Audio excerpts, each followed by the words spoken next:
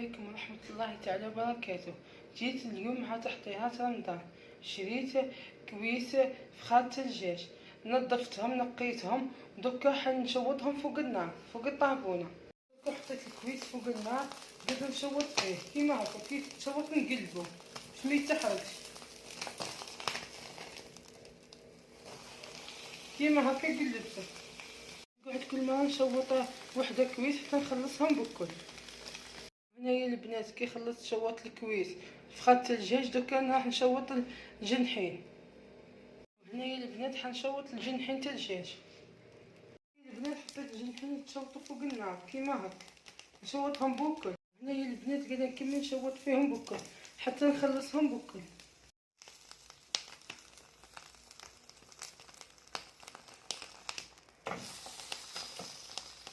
هنايا البنات بعد ما خلصت شوط الجنحين ونفخات الثلجاج حطيتهم في الماء والخل باش نغسلهم.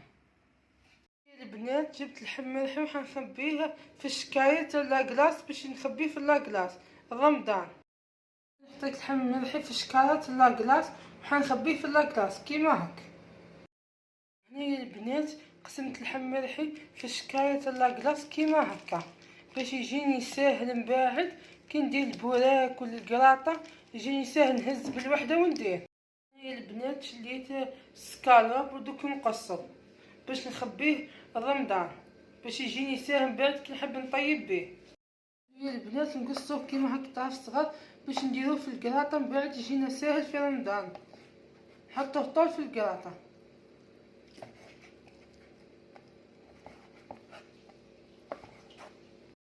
كمل نقص فيهم كيما هكا حتى نقص الكميه اللي نحبها.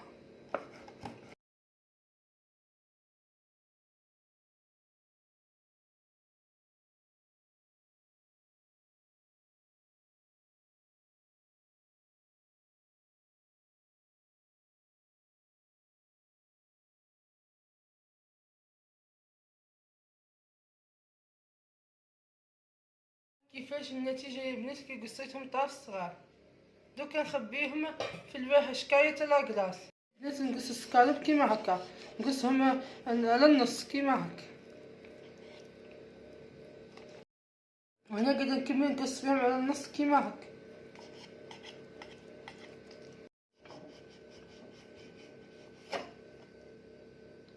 النتيجه كي قصيتهم شرائح طويله كيما هكا. هنايا البنات حطيت كميه واحده اخرى حطيتها في الباتير باش نرحيها. النتيجه يا البنات تاع السكالوب كي حطيته في الروبو باش نرحيه يخرج كيما هكا باه نخبيه في لاكلاص. وهنايا البنات خبيت السكالوب الملحي في شكايل تاع لاكلاص ونخبيهم في لاكلاص كيما هكا.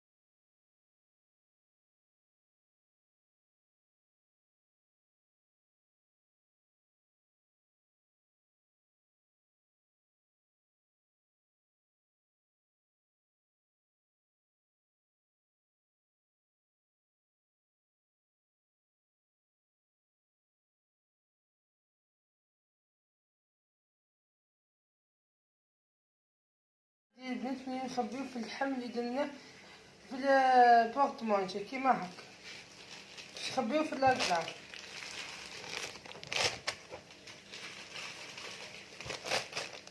باش بعد ملي يجينا ساهل نجبدو بكم نطيبو في رمضان.